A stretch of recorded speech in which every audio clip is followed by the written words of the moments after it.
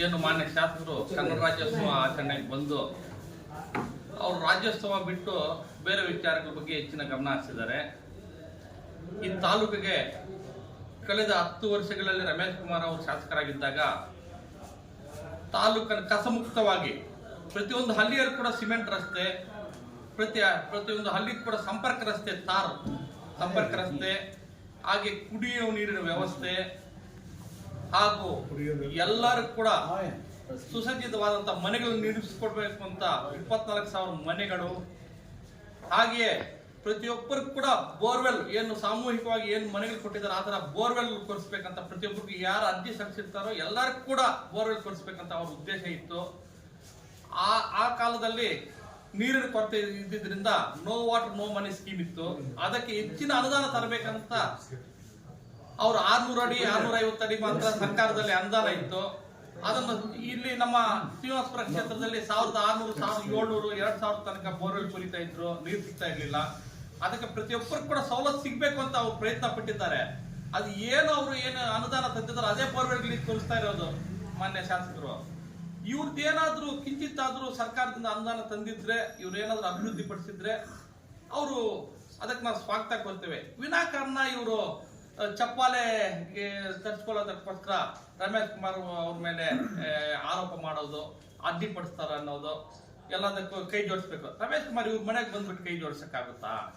ಇದು ಬಂದು ಏನಾದ್ರು ಇವ್ರಿಗೆ ಅನುದಾನ ಬೇಕಂದ್ರೆ ಬನ್ನಿ, ರಮೇಶ್ ಕುಮಾರ್ ಹತ್ರ ಬರ್ಲಿ, ಅವ್ರ ಹತ್ರ ಸಹಾಯ ಕೇಳಲಿ, ಅವ್ರು ಎಲ್ಲದಕ್ಕೂ ಸಹಕಾರ ಕೊಡ್ತಾರೆ. ಯಾವುದಕ್ಕೂ ಕೂಡ ಅವ್ರು ಅಡ್ಡಿಪಡಿಸಿಲ್ಲ ಇದುವರೆಗೂ ಕೂಡ. ಅವ್ರ ಜೀವಮಾನದಲ್ಲಿ ಅಭಿವೃದ್ಧಿ ಕೆಲಸಕ್ಕೆ ಅಡ್ಡಿಪಡಿಸುವಂತ ಮನುಷ್ಯ ರಮೇಶ್ ಕುಮಾರ್ ಅಲ್ಲ. ಅಭಿವೃದ್ಧಿಯೇ ರಮೇಶ್ ಕುಮಾರ್ ಮುಖ್ಯ ಧ್ಯೇಯ. ಅದು ಬಿಟ್ಬಿಟ್ಟು ಏನೇನೋ ಅವ್ರ ಮೇಲೆ ಗೂಬೆ ಕೂರ್ಸೋದು ಅದು ಇದು ಮಾಡಿದ್ರೆ ಅವರು ಘನತೆಗೆ ಶೋಭೆ ತರೋದಿಲ್ಲ, ಶೋಭೆ ಬರೋದಿಲ್ಲ ಅಂತ ವಾಕ್ಯಗಳನ್ನು ಅವರು ಮುಂದೆ ಮಾತನಾಡದೆ ಅಭಿವೃದ್ಧಿ ಕಡೆ ಹೆಚ್ಚಿನ ಗಮನ ಹರಿಸಿ ತಾಲೂಕಿನ ಅಭಿವೃದ್ಧಿಗೆ ಅವರು ಶ್ರಮಿಸಿದ್ರೆ ನಾವೆಲ್ಲ ಕೂಡ ಅವ್ರ ಜೊತೆ ಕೈ ಜೋಡಿಸ್ತೀವಿ. ಅವರು ಈ ತಾಲೂಕಿಗೆ MLA, ನಮ್ಗೆ ಒಂದು ಪಾರ್ಟಿಗೆ MLA ಅಲ್ಲ, ಅವರನ್ನು ಜನರು ಆಯ್ಕೆ ಮಾಡಿದ್ದಾರೆ, ನಾವು ಸ್ವಾಗತಿಸಿದ್ದೀವಿ. ಆಯ್ಕೆ ಮಾಡಿದ್ರು ಸ್ವಾಗತಿಸಿದ್ದೀವಿ. ಅದು ಬಿಟ್ಬಿಟ್ಟು ಸುಮ್ಮನೆ ಆರೋಪ ಮಾಡೋದು ಅವ್ರ ಗಣತಿಗೆ ತಕ್ಕದಲ್ಲ.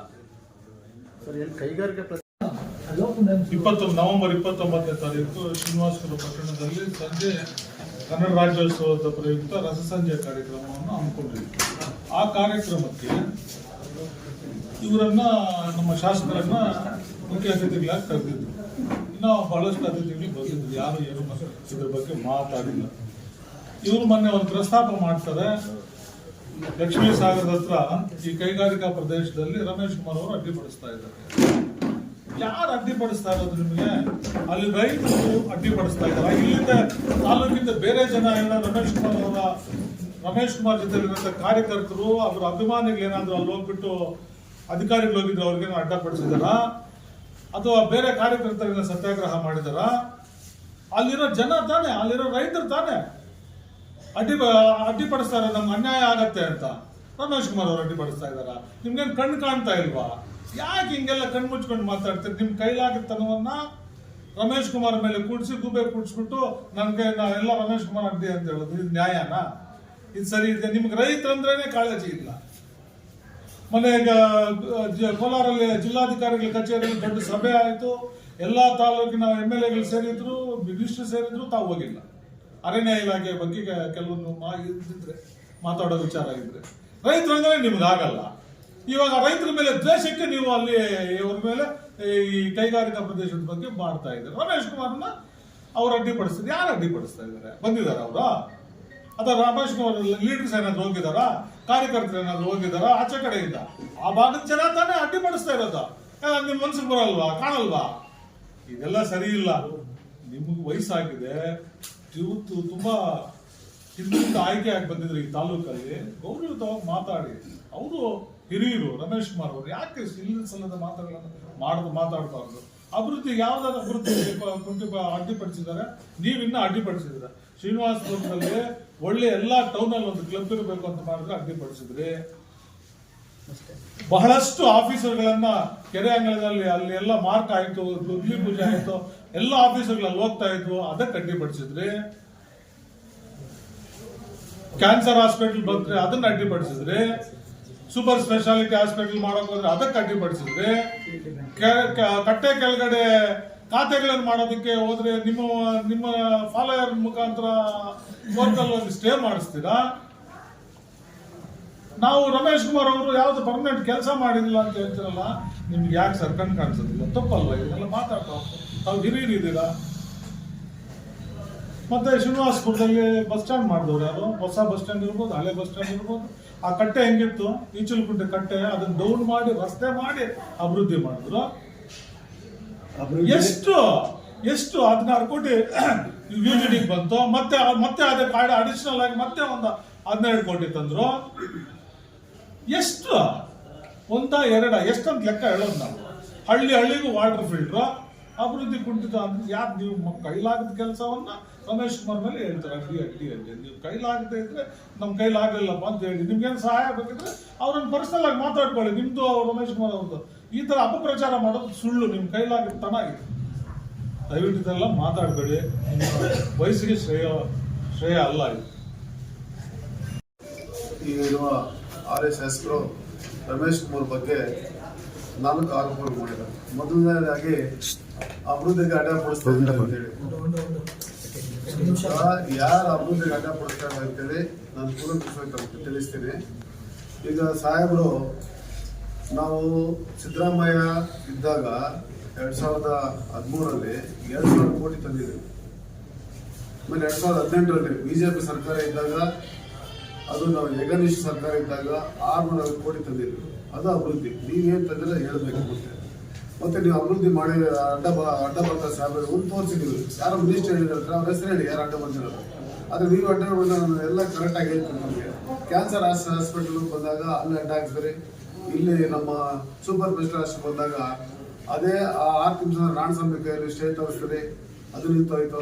ಮತ್ತೆ ಇಲ್ಲಿ ನಮ್ಮ ಒಂದೇ ಕಡೆ ರೈತರಿಗೆ ಬಂದಾಗ ಟೌನಿಗೆ ಬಂದ್ರೆ ಎಲ್ಲ ಕಡೆ ಒಂದೇ ಕಡೆ ಅಧಿಕಾರಿ ಕಚೇರಿ ಸಿಗ್ಬೇಕು ಮತ್ತು ಅಧಿಕಾರಿ ಸಿಗ್ಬೇಕು ಅಂತೇಳಿ ಕೆರೆಯಲ್ಲಿ ಮಾಡಿದಾಗ 35 ಕೋಟಿ ಒಂದೇ ಕಡೆ ಬಿಲ್ಡಿಂಗ್ ಮಾಡಬೇಕು ಅಂದಾಗ ಅವ್ರು ಸುಬ್ಬಾರೆಡ್ಡಿ ಅವರು ಕೆರೆ ಆಗಿಲ್ಲ ಅಂತ ಸ್ಟೇ ತಂದ್ರಿ. ಯಾರು ಅವ್ರು ಅಡ್ಡ ಬಂದಿರ್ತಾವೆ ಅರ್ಥ ಮಾಡ್ಕೋಬೇಕು. ಮತ್ತೆ ಟೌನ್ಗೆ ನಾನು 25 ಕೋಟಿ ತಂದ್ಬಿಟ್ಟಿನಿ ಅಂತ ಹೇಳ್ತಿರಲ್ಲ, ನಾವು 2018ರಲ್ಲಿ 15 ಕೋಟಿ ತಂದಿದ್ವಿ. ಅದನ್ನ ಕೋರ್ಟ್ಗೆ ಹೋಗಿ ಸ್ಟೇ ತಂದ್ರಿ. ಯಾರು ತಂದಿದ್ದು? ನಿಮ್ಮ ಕೋರ್ಸಾರ್ ಹೋಗಿ ತಂದಿರೋದು. ಅದು ನಿಮ್ಗೆ ಗೊತ್ತಿಲ್ವಾ?